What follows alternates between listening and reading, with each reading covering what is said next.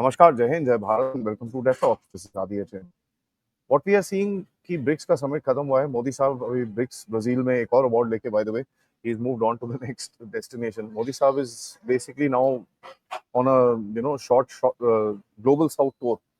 But BRICS में काफी सारी डेवलपमेंट्स स्टेटमेंट्स हैं।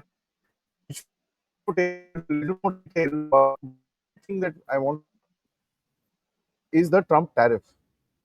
ठीक है, ये जो ट्रम्प के टैरिफ्स आए हैं, what is gonna happen with that and how do we take this game forward? Pathikit भाई, नमस्कार। नमस्कार। नहीं, एक्चुअली जो टैरिफ वाला इशू है ना ट्रम्प का, वो एक काला तिल की तरह है। तो सबको वो काला तिल लगा रहा है और बोले कि तुम चलो, तुम जाकर ज्वाइन कर लो। तो ये जितने सारे वो काला तिल लगाता रहेगा उतना ही ज्यादा लोग बोलेंगे अब तो ज्वाइन कर ही लूंगा। सो देखिए, एक्चुअली अगर आप देखेंगे what is happening with the BRICS, BRICS के मेंबरशिप में काफी मतलब इजाफा तो होता रहता है। Now you have like almost quite a few members, और ये ट्रम्प को थोड़ा प्रॉब्लमेटिक लग रहा है। अगर आप देखेंगे जी, initially Brazil, Russia, India, China हुआ करता था, फिर साउथ अफ्रीका ज्वाइन किया, फिर फुल मेंबरशिप पिछले साल Egypt, Ethiopia, Indonesia, Iran, United Arab Emirates, इन लोगों ने ले लिया। उसके बाद द अदर इम्पोर्टेंट थिंग जो हुआ है, जो थोड़ा सा ट्रम्प को चुग रहा है, वो ये कि बहुत सारे पार्टनर स्टेट्स आ गए। There are almost around 10 partner states which are, जो अगर आप नाम देखेंगे, बेलारूस है, बोलिविया है, क्यूबा है, कजाकिस्तान है, मलेशिया है, Nigeria, Thailand, Uganda, Uzbekistan, Vietnam. तो ये जो इशू है, और दो और देश है, they have been invited to join the BRICS as observer partner, वो अल्जीरिया और तुर्की है। नाउ द इशू ये जो है, अच्छा, interestingly the most important factor इस पूरे चीज में ये है कि ट्रम्प को लग रहा है ये तो एक्सपैंड करते ही जा रहा है। अच्छा, ये पूरे ब्रिक्स में हर एक देश का ना एक स्फीयर ऑफ इन्फ्लुएंस है। जो मेजर कंट्रीज है, जो मेजर कॉन्स्टिट्यूएंट मेंबर्स है, उनके अपने एक स्फीयर ऑफ इन्फ्लुएंस है। तो रशिया के जो sphere of influence Central Asia में है, वहां से कुछ देश are willing to join. Russia के, चाइना के अपनी स्फीयर ऑफ इन्फ्लुएंस है। ग्लोबल साउथ में इंडिया का काफी इन्फ्लुएंस है। सो ट्रम्प को लग रहा है कि this is only going to expand, ये इससे इससे कम नहीं होने वाला, ये एक्सपैंड करता ही जाएगा। नाउ मैं काफी बार बोल चुका हूं कि BRICS has to have a permanent secretariat, लेकिन ब्रिक्स ने दो तीन चीजें की है वो बहुत इंपॉर्टेंट है। उसमें one very critical thing is called the contingent reserve arrangement. That is almost like an replacement और अ सब्स्टिट्यूट फॉर आईएमएफ। जो आईएमएफ लिक्विडिटी क्राइसिस, जब कोई देश के बैलेंस ऑफ पेमेंट क्राइसिस होता है, जो वो सपोर्ट देता है, वो कंटिंजेंट रिजर्व अरेंजमेंट जो ब्रिक्स ने किया है अपने मेजर मेंबर्स को लेके, $100 बिलियन का कंटिंजेंट रिजर्व बनाया। फिर न्यू डेवलपमेंट बैंक जो है, वो पहले ब्रिक्स बैंक बोला जाता था। तो ये यूएस को, खास करके ट्रम्प को लग रहा है कि ये एक मल्टीलैटरल इंस्टीट्यूशंस जो, जिससे अमेरिका अपना वर्चस्व बना के रखा था, चाहे वो वर्ल्ड बैंक हो, चाहे वो आईएमएफ हो, उससे उसका ऑल्टरनेट ब्रिक्स कर रहा है। BRICS is still far from that situation जहां पे वो ऑल्टरनेट क्रिएट कर रहा है, लेकिन इंस्टीट्यूशंस तो क्रिएट कम से कम इन दो तीन चीजों में किया है। The other is a BRICS pay, वो द इंटरनेशनल बैंकिंग का मैसेजिंग सिस्टम, वो ब्रिक्स पे इन्होंने किया है। Now Trump being a businessman, उसको लग रहा है कि दीज आर इंडिकेशंस। अगर आप बाइडेन के टाइम भी देखेंगे, उतना रिएक्ट किसने नहीं किया था, but Trump being very reactive. दो इंपॉर्टेंट चीजें हुआ है। आपने टैरिफ की बात की, उसने बोला 10% टैरिफ लगा दूंगा ऑन एनी कंट्री जो ज्वाइन करेगा BRICS.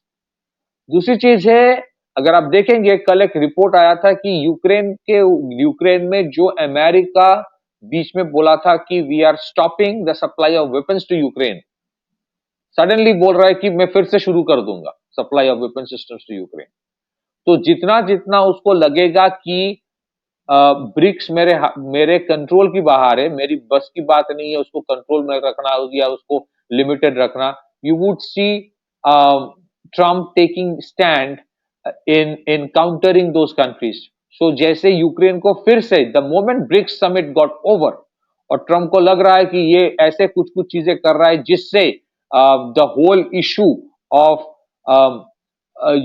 BRICS eventually creating alternate to the established mechanism in the world, तब आपको लगेगा, आप देखोगे कि Trump will take certain stand which will be all about countering the major countries of BRICS. इसमें Russia के साथ जो सिचुएशन अभी है, जहां बीच में थोड़ा सा लगा था कि there is an understanding between Russia and United States, as a result of which perhaps Russia ने ईरान लड़ाई में ज्यादा स्टैंड नहीं लिया था, थोड़ा न्यूट्रल था। In comparison to that, you know, United States शायद यूक्रेन को सपोर्ट नहीं करेगा, बट वो सपोर्ट फिर से वेपन सिस्टम सपोर्ट यूक्रेन को देना शुरू करेगा। So in case of South Asia also, because of BRICS stand, because many countries are joining BRICS, अगर आपको दिखेगा कहीं ना कहीं यूनाइटेड स्टेट्स का जो स्टैंड इंडिया की तरफ है और भी स्ट्रिक्ट हो जाए, तो आई विल नॉट बी सरप्राइज्ड। लेकिन ब्रिक्स एक ऐसी गाड़ी है, इस गाड़ी का अभी रुकने वाला है नहीं।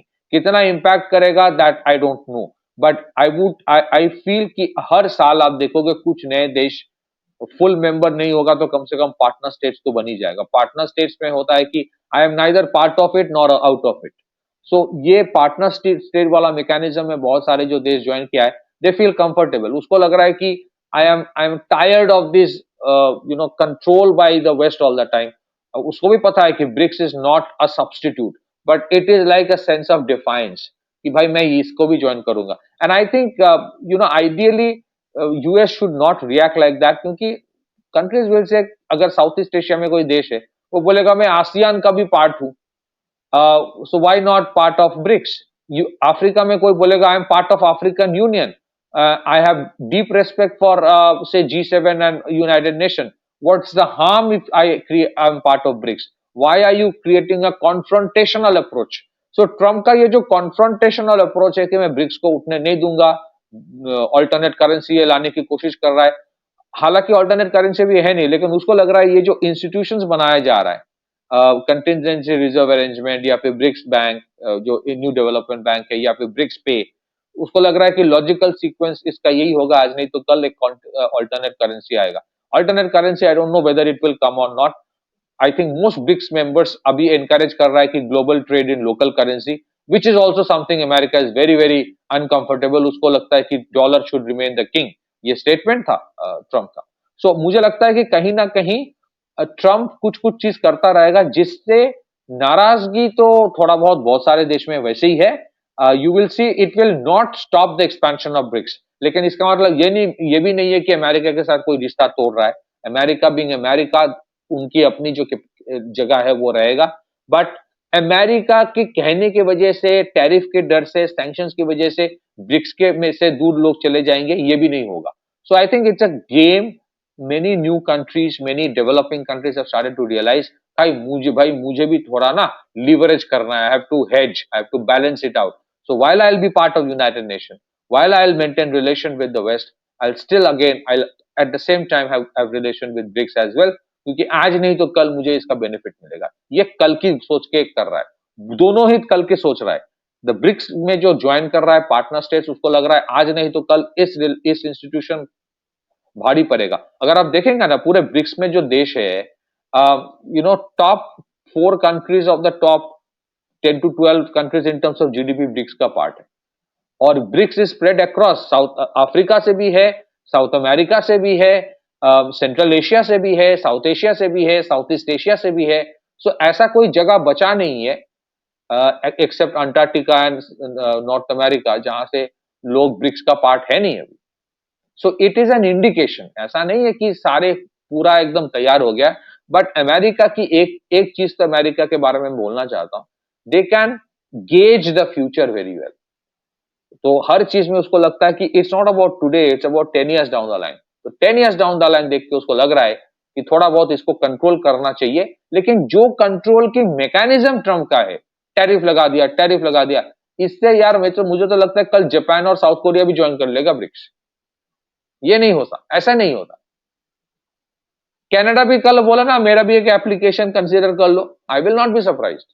जिस तरह से यूरोपियन यूनियन के साथ हो रहा है, यूरोपियन यूनियन सोचेगा, सी आई एम वेरी, मैं प्रैक्टिकली बोल रहा हूं, जर्मनी और फ्रांस का भी जो हाल है ना, उनको लग रहा है कहीं ना कभी रशिया के साथ होगा कुछ ना कुछ। वो भी कल सिचुएशन को थोड़ा काम डाउन करने के लिए बोलेगा, अगर बोल देता है, बोलेगा नहीं, अगर बोल देता है let's have a partnership between BRICS and European Union, don't be surprised. That is what, so Trump being Trump वो करता रहेगा ये सब, बट ये individual countries will manage on their own, but they can't be discouraged from joining BRICS anymore. So you will see many African countries जिसको हमेशा से problem था with new colonialism, many Southeast Asian countries जिनको हमेशा से problem था, एक तो चाइना का भी प्रॉब्लम है उनका, ऐसा नहीं कि चाइना का प्रॉब्लम नहीं है, but they will be willing to join BRICS. उसको लगेगा कि यार ये क्लब ज्वाइन कर लेता हूं, आज नहीं तो कल इसका ये इट्स लाइक उसको लगेगा ये स्मॉल कैप में इन्वेस्टमेंट की तरह एक थोड़ा करके रख देता हूं, बाद में देखा जाएगा। Back to you.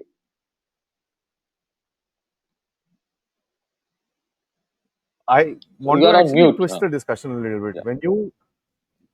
When you kind of discourage people by putting tariffs, you're not discouraging people. You're actually encouraging people more. क्योंकि एक resistance form होगी. So this particular move, I don't think has been very well thought of.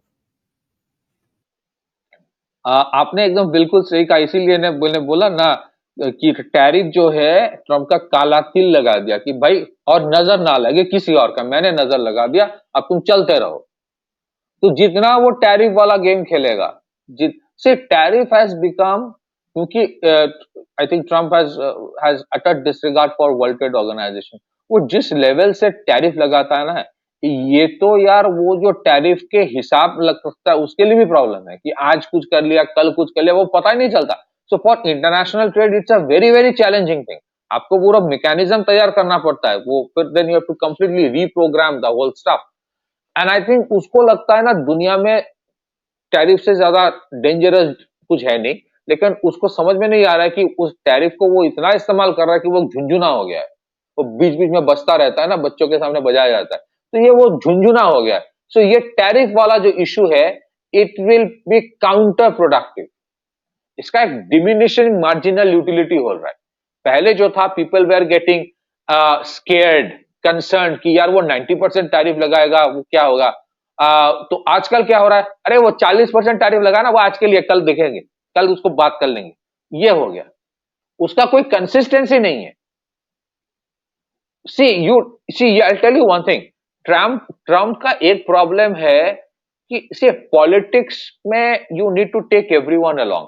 आप देखो यार, Elon Musk had a huge role to play in his election. उसने आज America party बना दिया ना। वो आज ट्विटर में फिर से बोलने शुरू कर दिया कि जेफरी एप्स्टेन के फाइल के बारे में। क्यों? बिकॉज ट्रम्प के एटीट्यूड से सबको प्रॉब्लम आ रहा है, इलोन मस्क को भी प्रॉब्लम आ रहा है।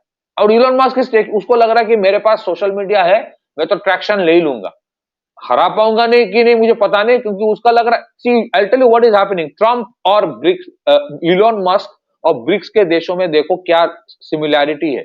इलोन मस्क को लग रहा है कि ये मेरे जितने सब्सिडीज वो खत्म कर रहा है इलेक्ट्रिक व्हीकल में, मेरे स्पेस प्रोग्राम में जितना वो पैसा मैंने इन्वेस्ट किया है based on the NASA program, फिर वो हटा रहा है। I will be completely ruined. So he is taking Trump head on. He is taking Trump head on.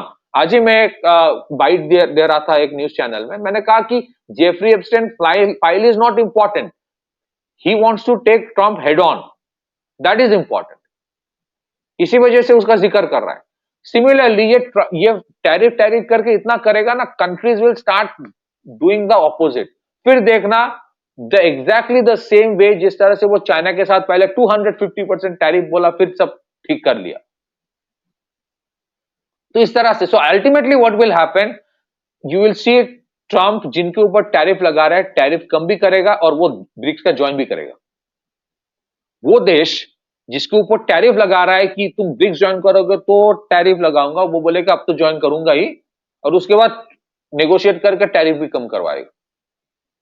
It is not working out. So I keep on saying the same thing कि America is still the biggest and the most powerful country. लेकिन America ने इतना अपना power का इस्तेमाल इस तरह से किया है ना, it is having diminishing utility. It is not working out. You can't show power all the time कि या तो मैं sanctions लगाऊंगा, या तो मैं टैरिफ का थ्रेट मारूंगा, या तो मैं तुम्हारा फॉरेन एक्सचेंज रिजर्व फ्रीज कर दूंगा, या तो मैं तुम्हारे ऊपर मिलिट्री टारगेट करवाऊंगा। तुमने हयात तहरीर अल शाम जो है, जो एक्चुअली अल नुसरा हुआ करता था, and that is the biggest ally of ISIS in Syria, जिसका हेड था जोलानी, जिसको इसने प्रेसिडेंट बनाया सीरिया का. अब Hayat Tahrir al Sham is no more a terror organisation as per America. तो ये क्या चल रहा है? अब फिर आगे एक दिन फिर एक लेक्चर मारेगा on war on terrorism. So ये I think the biggest problem with America is lack of consistency and double standards. So what is happening?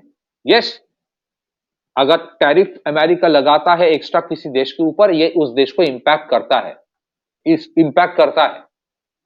So I will not be surprised आदि कि कल अगर ये ब्रिक्स कंट्री बोलेगा कि हमारे खुद के एक ट्रेड बॉडी कर लेते हैं, का होगा कि नहीं मुझे पता नहीं, क्योंकि चाइना के साथ प्रॉब्लम है. But they might even think कि let's have a comprehensive economic partnership of BRICS. This is where America is a little concerned. I repeat, America is very big, very powerful, but America अगर Trump जो कर रहा है, Trump को जो adviser है वो बोल रहा है कि sir it's not about today. 15 साल पहले ब्रिक्स क्या था? 15 साल पहले 2009 में ब्रिक्स का एक मीटिंग हुआ था. First meeting was in 2009.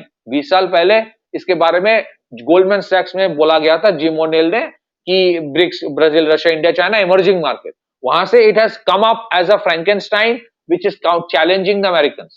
वो बोल रहा है कि it's not about 2025. What would happen in 2040? और 2040 में जाके ट्रम्प टावर बनाएगा ब्रिक्स में. 2040 में जाके ट्रम्प टावर बनाएगा और बोलेगा यहीं पे सबमिट करो. वही होगा. But eventually as it is, as we stand, yes, America का जो टैरिफ्स है, मुझे नहीं लगता it can stop countries from joining BRICS. Back to you.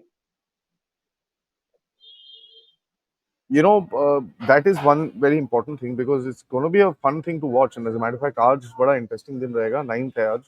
So as the day progresses, a lot more of this will open up.